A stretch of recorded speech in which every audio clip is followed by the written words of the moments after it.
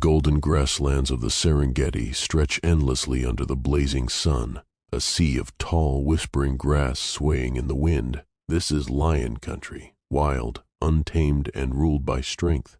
Here 3 magnificent hunters move as one. Baraka, the fearless male lion, his powerful muscles rippling with every step, and his 2 lionesses, Amara and Nyota, swift as shadows, deadly as the midday heat. Together, they are unstoppable.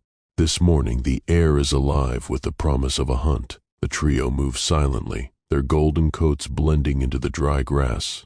Baraka's sharp eyes lock onto movement, a small hare nibbling nervously near a thorny bush breakfast. With a flick of his tail, he signals the attack.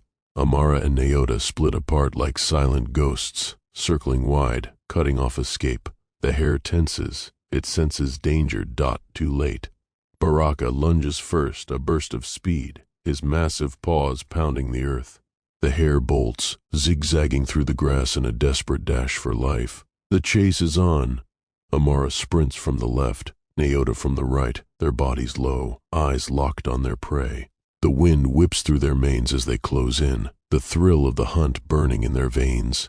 The hare darts, twists, leaps, but the lions are faster. Then, disaster. A sharp end snap cuts through the air.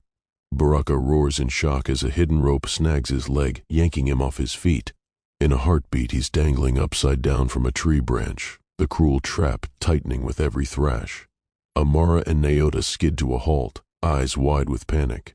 Their leader, their protector, is trapped, helpless. Baraka snarls, twisting in the air, but the rope only digs deeper. Blood trickles down his fur. His breaths come in ragged gasps. The lionesses circle the tree, growling, tails lashing. Amara rears up, claws scraping bark, but the rope is too high. Nyota paces, ears flat, her usual cunning useless here. Baraka's roars grow weaker. The sun climbs higher, the heat unbearable. Flies buzz around the wound. Time is running out. The golden grass whipped against their powerful legs as Baraka, Amara, and Nyota exploded into motion. The hunt was on. Baraka's muscles burned with raw power as he led the charge, his massive paws tearing up clumps of earth with each stride. The hare zigzagged desperately ahead, its tiny heart pounding like a drum in its chest. Amara and Nyota fanned out like living shadows, their lean bodies cutting through the tall grass with terrifying precision. The air filled with the sounds of pounding hooves, panicked squeaks, and the lion's hot, hungry breaths. Baraka could taste victory. The hare was tiring, its movements becoming sloppy. He pushed harder, his golden mane streaming behind him like a banner. Just a few more strides and snap! The world flipped upside down. A searing pain shot through his hind leg as an invisible force yanked him into the air. The rope bit deep, swinging him violently as his own momentum worked against him. His massive body crashed against the tree trunk with a sickening thud. For a terrifying moment, everything was confusion. The blue sky where the ground should be, the taste of blood in his mouth, the deafening roar that tore from his throat, half fury, half fear. Below him, Amara and Nyota skidded to a halt, their eyes wide with shock. Baraka twisted violently, his claws raking empty air. The more he struggled, the tighter the cruel rope squeezed. His breath came in ragged gasps as the noose cut off his air supply. Amara launched herself at the tree, her claws scrabbling against the rough bark. She made it halfway up before sliding back, leaving deep gouges in the wood. Nyota circled below, her intelligent eyes scanning for solutions where there were none. Baraka's vision started to blur at the edges. His powerful kicks grew weaker. A dark stain spread around the rope where it sawed into his flesh. The sun beat down mercilessly, turning his dangling body into an oven. Then came the smell, that unnatural metallic stench that made every lion's fur stand on end. Humans. Amara's head snapped up, her nostrils flaring. Nyota crouched low, a deep growl rumbling in her chest. The bushes rustled ominously. Baraka hung helpless, his massive body swaying slightly in the breeze, his roars now reduced to weak choking sounds. The lionesses positioned themselves between their king and the approaching danger, their tails lashing like whips. Time seemed to slow. A bead of sweat, or was it blood, dripped from Baraka's fur, splashing onto the dry earth below. Somewhere in the distance, a bird cried out in alarm. The rope creaked ominously with each weak movement Baraka made. His golden eyes, usually so full of fire, began to glaze over. Amara let out a desperate roar that echoed across the savannah. It was a sound of grief, of fury, of helplessness. Then, cutting through the tension like a knife, the growl of an engine. The bushes exploded with movement as two figures in camouflage burst out and ran in the opposite direction. The lionesses didn't give chase. Their attention remained fixed on Baraka, whose breathing had become dangerously shallow. The rope had sawed deep into his flesh now, the wound pulsing with each fading heartbeat. Flies began to gather, their buzzing an ominous counterpoint to Baraka's weakening gasps. A new scent filled the air, not the harsh stink of the poachers, but something different. A human, yes, but one that carried the smells of oil, gunpowder, and something else, something the lions couldn't quite place. The jeep's engine cut out.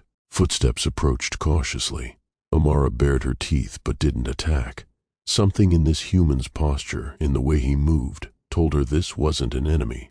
High above them, Baraka's struggles had nearly ceased. His massive head hung limp, his tongue lolling slightly. Only the faint rise and fall of his chest showed he was still alive. The rope creaked one final time as the human reached for it, a glint of metal flashing in the sunlight. The lionesses held their breath. The savannah itself seemed to pause. Then, snap! The rope parted with a sound like thunder. The rumble of the jeep's engine cut through the tense silence of the savannah like a lifeline. Ranger Kito's experienced eyes immediately caught the unnatural movement in the acacia tree ahead, the way the branches shook violently, the flash of golden fur where no fur should be. His blood ran cold. He'd seen this before. Poacher traps. Without thinking, he slammed his boot on the brake, sending a cloud of red dust billowing around the vehicle. His hands moved with military precision, one grabbing the radio, the other already unstrapping his rifle. "Command, this is Kito." His voice was calm but urgent. "I've got a lion in a snare, poachers likely still in the area, requesting immediate backup at my coordinates." Before the response even crackled through, Kito was out of the jeep, his boots hitting the dry earth with a thud.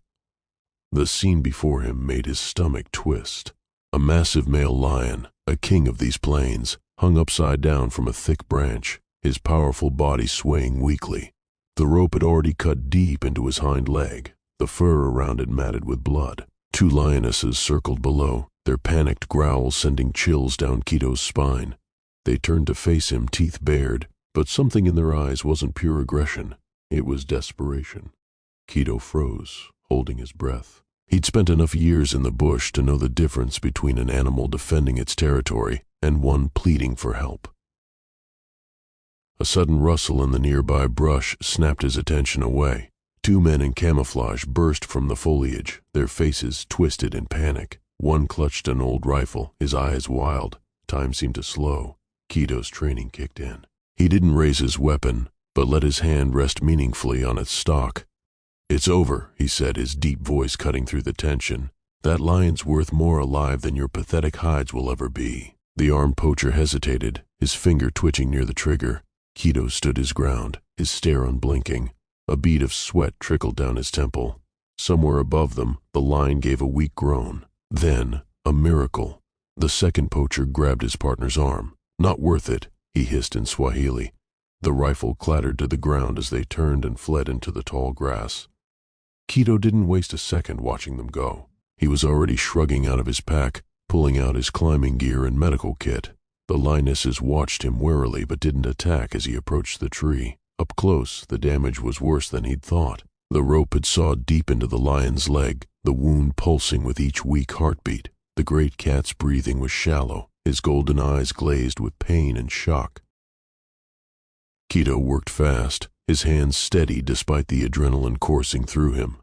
He secured his harness, tested the rope, and began to climb. The rough bark scraped his palms, but he barely noticed. Below him, Amara let out a soft whine, her intelligent eyes tracking his every move. As Kito reached the trapped lion, he saw something unexpected. The beast's eyes focused on him with startling clarity. There was no rage there, just exhausted understanding. "Hang on, big guy," Kito murmured, pulling out his hunting knife. The blade flashed in the sunlight as he positioned it against the taut rope. One clean slice was all it took. The moment Kito's blade sliced through that taut rope, time seemed to freeze. Baraka's massive body plummeted to the earth with a thud that sent dust swirling into the dry air. Kito didn't hesitate. He slid down the tree trunk so fast the bark burned his palms, hitting the ground just as Amara and Nyota rushed forward. The lionesses stopped short, their muscles coiled tight, watching with wild eyes as this strange human dropped to his knees beside their fallen leader. Baraka lay motionless, his golden fur matted with dirt and blood. The rope had sawed deep into his hind leg, leaving an angry red wound that pulsed with each shallow breath. Kito's hands moved with urgent precision, pulling supplies from his medical kit. He could feel the lioness's hot breath on his neck, their low growls vibrating through his bones. One wrong move, and those powerful jaws could end him in an instant. But something remarkable happened. As Kito gently lifted Baraka's head to check his breathing, Amara let out a soft whine and took a step back. The lions understood. This human was here to help. Kito worked like a man possessed. He cleaned the wound with practiced hands, the antiseptic stinging the air. Baraka twitched but didn't wake. Next came the thick gauze, pressed firmly against the bleeding gash. Kito's fingers trembled slightly as he wrapped the bandage tight, not from fear but from the sheer intensity of the moment. Above him the sun beat down mercilessly. Sweat dripped into his eyes as he prepared the antibiotic injection. The needle glinted in the harsh light as he found a vein in Baraka's massive foreleg. Then, a miracle. As the medicine entered his bloodstream, Baraka's chest rose in a deep, shuddering breath. His golden eyes flickered open, cloudy with pain but undeniably aware. For one heart-stopping second, lion and human locked gazes. Kito found himself staring into depths of wild intelligence that took his breath away. Baraka's nostrils flared as he took in the human's scent, sweat, gun oil, and something else, something the lion couldn't quite place. Amara crept closer, her nose twitching as she sniffed the bandages. Nyota circled behind Kito, not threatening, just curious. The ranger held perfectly still, his pulse pounding in his ears. This was the moment of truth. Then Baraka did something extraordinary. He let out a soft huff of air and slowly, painfully rolled onto his side, not to attack, to give Kito better access to his wounds. The ranger's hands moved faster now, emboldened by this unspoken truce. He applied salve to the rope burns, wrapped fresh bandages around the deepest cuts. All the while the lionesses watched like silent sentinels. When Kito finally sat back, wiping his brow, Baraka managed to lift his massive head. Their eyes met again, and something passed between them, not just gratitude, but understanding. Two apex predators recognizing each other's strength. In the distance, the rumble of approaching vehicles signaled backup was near. Kito knew he should move away, give the lions space. But for this one fragile moment, he remained kneeling in the dirt, his hand resting lightly on Baraka's shoulder. The lion's fur was warm beneath his fingers, the heartbeat strong and steady. The savannah held its breath. Then, with a grunt of effort, Baraka began to rise. Amara and Nyota pressed close, supporting their leader as he found his feet. Kito scrambled back just in time as the three lions stood together, wounded but unbroken. Baraka took one last look at the human who had saved him. Then, with a flick of his tail, he turned and limped into the tall grass, his lionesses flanking him protectively. Kito watched them go, his chest swelling with something he couldn't name. Behind him, the shouts of arriving rangers broke the spell. But in that golden hour before sunset, something extraordinary had happened in the heart of the Serengeti, and neither man nor lion would ever forget it. The story of Baraka and Kito didn't end with that rescue in the tall grass. That was just the beginning. As weeks passed, rangers started reporting strange sightings. A massive male lion with distinctive scars would appear at the edges of patrol routes, watching calmly as vehicles passed. Not fleeing like other wildlife, not attacking like an angry predator, just observing. Kito knew it was Baraka the first time he saw those golden eyes again, gleaming in his Jeep's headlights one dusky evening. The lion stood like a statue for a long moment before melting back into the shadows, leaving Kito with goosebumps crawling up his arms. Word spread through the ranger stations like wildfire. The young recruits called it magic. The veterans just shook their heads and smiled. They'd seen enough of Africa to know some bonds defied explanation. But the real proof came during the next poacher raid. Kito's unit was tracking a well-armed group near the river when an unearthly roar split the night. Through his binoculars, Kito saw three lions and one very familiar massive silhouette, herding the terrified poachers straight into a dead-end gully. It wasn't an attack, it was a delivery. By sunrise, the criminals were begging to be taken into custody, babbling about ghost lions that had stalked them for hours. The legend grew with each full moon. Safari guides whispered about the ranger's lion who sometimes appeared during night drives, keeping a respectful distance but clearly searching for something or someone. Campers told stories of waking to find enormous paw prints circling their tents, a silent guardian keeping watch. Kito kept quiet about his occasional encounters, how Baraka would sometimes emerge at dusk when he was alone on patrol, sitting just at the edge of headlight range before vanishing again. No scientific journal would publish such things, but the Maasai elders just nodded knowingly when they heard. The land remembers kindness, one old warrior told Kito with a twinkle in his eye. Years rolled by.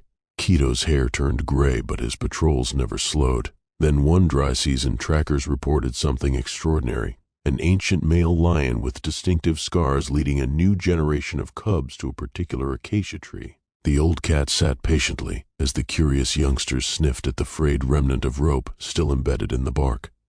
When the wind shifted, carrying the distant rumble of a Jeep engine, the elder lion's head lifted.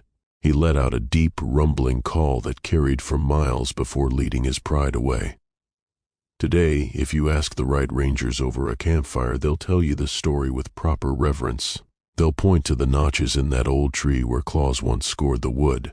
They'll show you Kito's weathered journal entry about that first miraculous rescue. And if you're very lucky, on a still evening when the sun bleeds into the horizon, you might just see a shadow moving through the golden grass. Too large to be a normal lion, too deliberate to be just another hunter. The old-timers will smile and say nothing, but you'll know, some legends don't fade. They walk the land forever, keeping watch over the balance between man and wild.